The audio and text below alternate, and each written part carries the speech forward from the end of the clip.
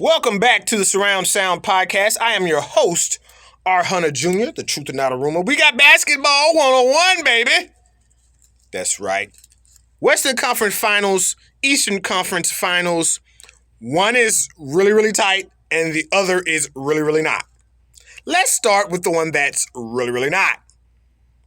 Golden State is up 3-0 in a best-of-7 series against the Dallas Mavericks. So, on each conference final matchup, I'm going to give you the three things that have led to where things are and would be the most pressing thing going forward.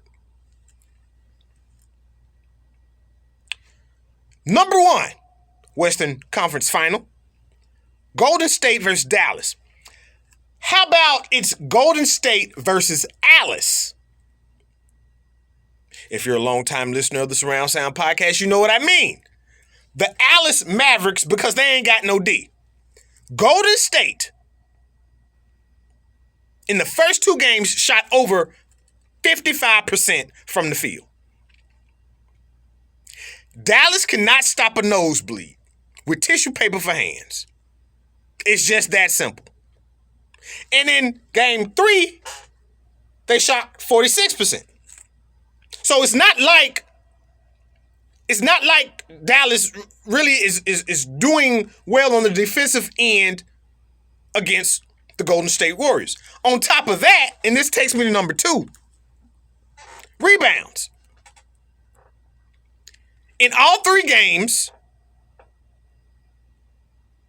the Golden State Warriors have had a plus 10 rebound-wise against the Dallas Mavericks.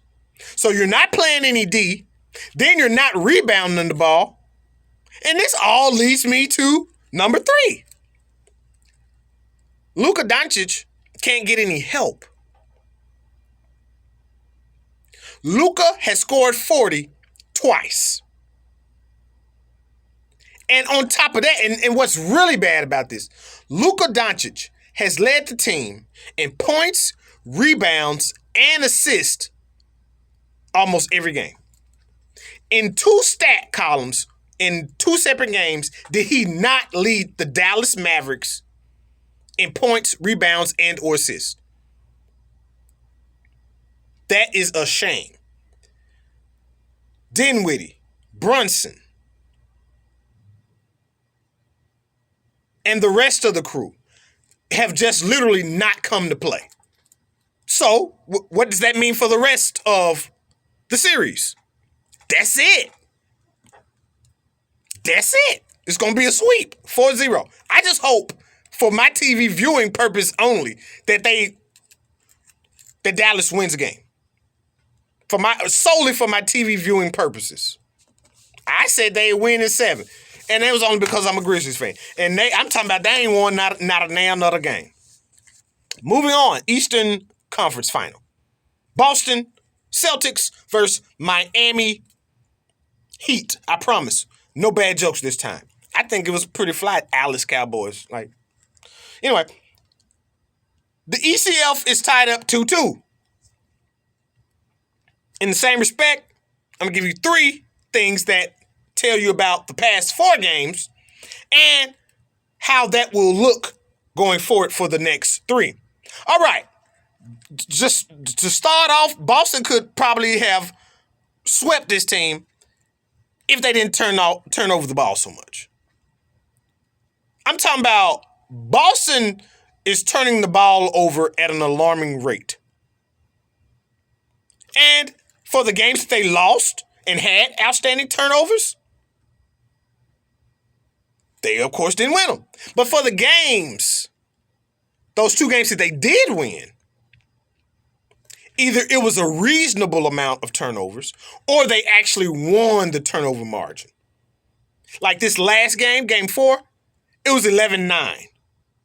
Miami had 9 turnovers and Boston had 11 turnovers. That's reasonable for Boston to have 11 turnovers. One metric I always look at when watching basketball games, of course, is turnovers, but how far they are away from 10. 10 is like Okay, for 4 quarters of basketball, 10 turnovers. That's what you shoot for. In game 2, these Nerly Fairleys had 24 turnovers. 7 of them you could give to Jason Tatum by himself in the third quarter. That's neither here nor there. Number 2, injury and protocol. Now, this is really a war of attrition. Like, whoever like wins this series is going to limp into the NBA Finals. For one, Golden State looks like it's about to sweep the Dallas Mavericks. But they already had injury anyway. So, that's Miami and Jim Butler in their knee. Boston, Al Horford in COVID protocol. Marcus Smart out with his ankle. And then let me not just look over the other 3 guys that really get a lot of playing time in Tyler Hero and Kyle Lowry. Like, once again, this is like a roar of attrition here.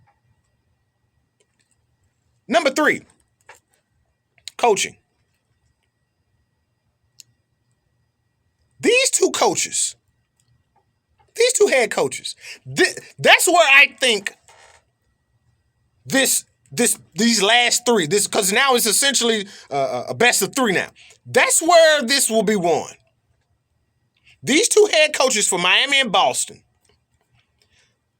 the way they I'm talking about really talk to their team and pep them up. I take it back. It's not pepping up once you get to this level.